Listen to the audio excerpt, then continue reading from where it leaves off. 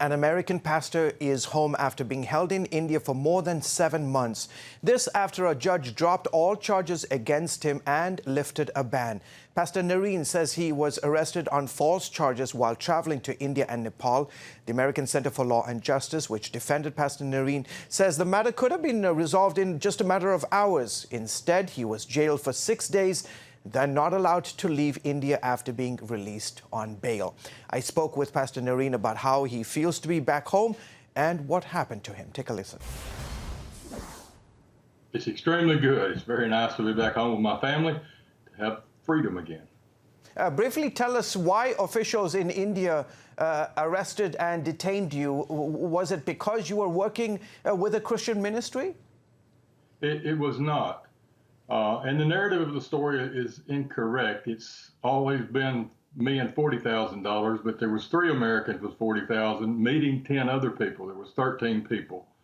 But in the airport, when I reached in Delhi and was declaring the money legally like I should, there was very few staff members.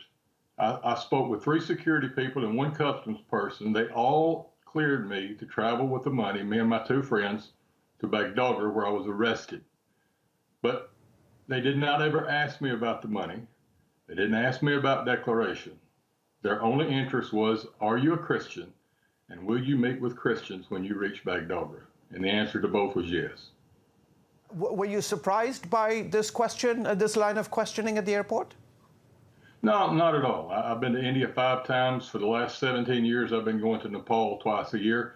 So I'm used to that line of questioning. I know it's a Hindu nation, and I didn't recognize the shift. I was there 5 years ago, and it was a pleasant, easy place to be.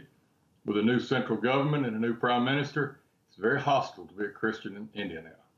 Let me dig deeper on that real quickly. You said you noticed a shift. You believe that in the last 5 years, this particular government of the BJP, led by Narendra Modi, has become more hostile to Christians and Christianity? Yes, very much. The people in Delhi were not too rough. I mean, it was just a conversation. Yeah, we understand what you're doing. You can go. When I reached Bagdogra Airport, which was my final destination, I was arrested immediately coming off the plane. I was taken in and I was harshly interrogated for 8 hours.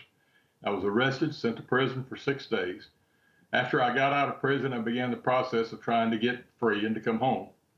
And 2 customs officials from Calcutta informed me that they had been ordered by central government, including Prime Minister Modi, that whatever it took, build a case on this man, send him to prison for 3 to 5 years and make an example of him. So I was predetermined to be sent to prison in Delhi before I ever did anything.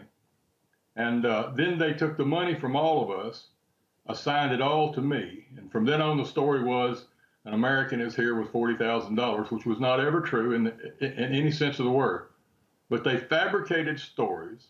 They used laws from the Customs Acts of 1962 that did not apply to me.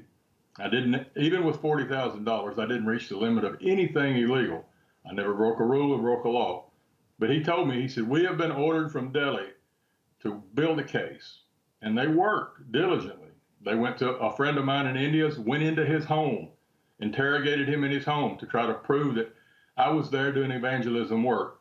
I was on the way to do the work we do with a Christian group in Nepal. We had just stopped in India for 3 days to celebrate with this man. He was having a 25-year anniversary. Yeah. I'm sorry, let me just ask you this quick question. How can we pray for Christians in India?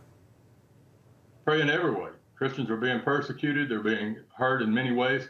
Everybody knows the stories when President Trump was there about the Muslim problem, about they call it the massacre. What most people don't know is over the same time period, 200 Christians were killed. Hundreds and hundreds of Christians, some of who I met, were pulled from their house, Christian pastors, tied to a tree, including their wife being tied to a tree, and they were beat.